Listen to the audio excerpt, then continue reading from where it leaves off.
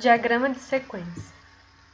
O diagrama de sequência ele pode ser utilizado como produto da análise orientada a objetos, bem como o diagrama de casos de uso já estudado anteriormente. Seu foco é no comportamento do sistema. Você deve observar a classificação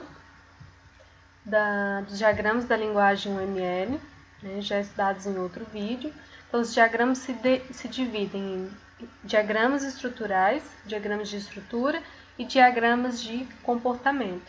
Então, aqui você tem o diagrama de caso de uso, que é um exemplo de diagrama de comportamento, e aqui você tem o diagrama de sequência, que também é considerado um diagrama de comportamento dentro da linguagem UML, certo? O diagrama de sequência apresenta a ordem temporal das mensagens enviadas e recebidas pelos objetos, lembrando que objetos são instâncias de classes. Então, se você pensar que a planta de uma casa, ela é uma casa? Não, a planta de uma casa especifica uma casa. Quais são as características de uma casa? O que você pode fazer com uma casa? Então, a planta de uma casa pode ser entendida como sendo uma classe, que define coisas relacionadas a uma casa. E quando você pega aquela planta e cria uma determinada casa, essa casa é como se fosse uma instância daquela classe, uma instância daquela planta. Então, a planta pode ser comparada à classe. A casa, construída a partir da planta, pode ser comparada a um objeto, a uma instância de uma determinada classe. A mesma coisa acontece com uma receita de bolo. Uma receita de bolo, ela é um bolo? Não, ela é o passo a passo para você criar um bolo. Então, a receita de bolo pode ser entendida como sendo uma classe. E o bolo em si, criado a partir daquela receita, é como se fosse um objeto, que é uma instância daquela classe. Tá? O diagrama de sequência ajuda a descobrir onde colocar a chamada dos métodos dentro do sistema. Então, é importante observar que dentro da análise orientada a objetos, uma classe ela possui atributos e métodos. Os atributos são propriedades, são características daquilo que a classe define. Agora, os métodos estão relacionados a ações, coisas que você pode fazer com objetos daquela classe ou coisas que aqueles objetos, instâncias de uma determinada classe, eles podem fazer. Então, pensando uma classe pessoa, quais seriam os atributos da classe pessoa? Quais seriam os métodos da classe pessoa? Então, os atributos são todas as características, as propriedades de pessoas. E os métodos são coisas que uma pessoa faz ou que você pode fazer com uma pessoa. Então, dentro de um sistema, você pode cadastrar uma pessoa, alterar uma pessoa, excluir uma pessoa. Então, isso seriam métodos. Tá? Agora, o nome da pessoa seria um atributo, o sexo da pessoa seria um atributo, a idade da pessoa seria um atributo. Tá? Então, tem que ficar muito claro. Classes são modelos, objetos são instâncias de classes. Uma classe ela tem atributos e métodos. Atributos são características, são propriedades, e métodos são ações, são coisas que os objetos daquela classe eles podem fazer ou que dentro do sistema você pode fazer com aqueles objetos daquelas classes. Tá? O diagrama de sequência também ajuda a verificar se a comunicação entre as classes está coerente. Quais são os elementos de um diagrama de sequência? Então, assim como no diagrama de caso de uso você tinha os atores, você tinha os casos de uso, aqui você tem como elementos os atores, os objetos, que são as instâncias de classes, a linha de vida, que é o tempo de vida do objeto dentro do sistema, as mensagens, que são as chamadas dos métodos. Eu posso chamar um método e eu posso receber o resultado de um método, que é chamado de retorno. Certo? Então, aqui você tem um exemplo. Então, por exemplo, um cliente e aqui um objeto da classe tela, então uma instância da classe tela e um objeto da classe lote piloto, que seria uma instância da classe lote piloto. Então, o cliente ele pode chamar o método para preencher o campo CNPJ. A instância da tela pode chamar o método lote piloto. E aqui nesse caso vai criar um lote piloto.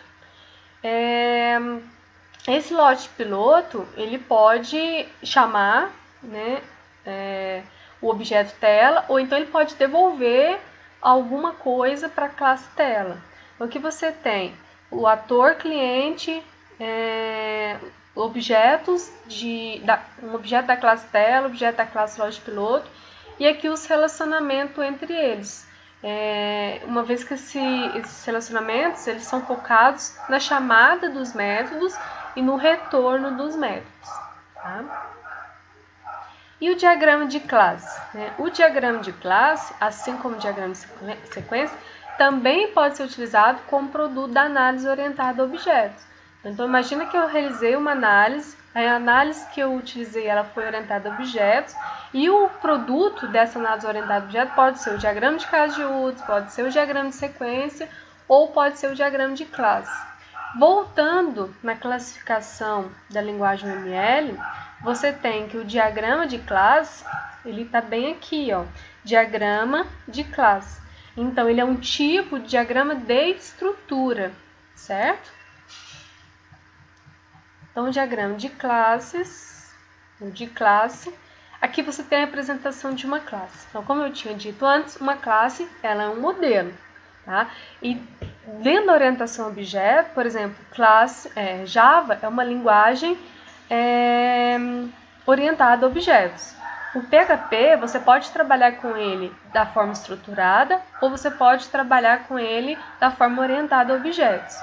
Então, dessa mesma forma, em relação ao desenvolvimento, o tipo de linguagens utilizadas no desenvolvimento, você tem a análise, né? Análise orientada a objetos, análise estrutural. Então, dentro da análise orientada a objetos, você tem um dos diagramas, que inclusive é um diagrama da linguagem UML, normalmente utilizada quando você está fazendo a análise orientada a objetos, né? Você tem um diagrama de classe. Então, o que é uma classe? Uma classe, ela é um modelo para alguma coisa. Então, por exemplo, se eu quero trabalhar com pessoas, vou criar uma classe que trata ou modela ou determina o que é uma pessoa, quais são os métodos relacionados com essa pessoa. Então, uma classe dentro da UML, ela é definida dessa forma, ela é desenhada dessa forma. Ela tem uma coluna e 3 linhas, sendo que a primeira coluna é o nome da classe, a segunda coluna são os atributos e a terceira coluna contém os métodos. Observa que nesse caso, por exemplo, o atributo box, ele é público e ele é do tipo box. O atributo ID, ele é protegido e ele é do tipo inteiro. O atributo type, ele é privado e é do tipo inteiro. Agora, os métodos getID, o método getID, ele é público, ele não recebe nenhum parâmetro, que é o que está entre parênteses, e ele devolve inteiro. O clear, ele é um método protegido, ele não recebe nenhum parâmetro e ele não devolve nada. Nada na orientação a objetos é void. O método clone, ele é privado, ele não recebe nada e ele não devolve nada. Então, sempre você tem o desenho da classe dessa forma, o nome da classe, os atributos e os métodos.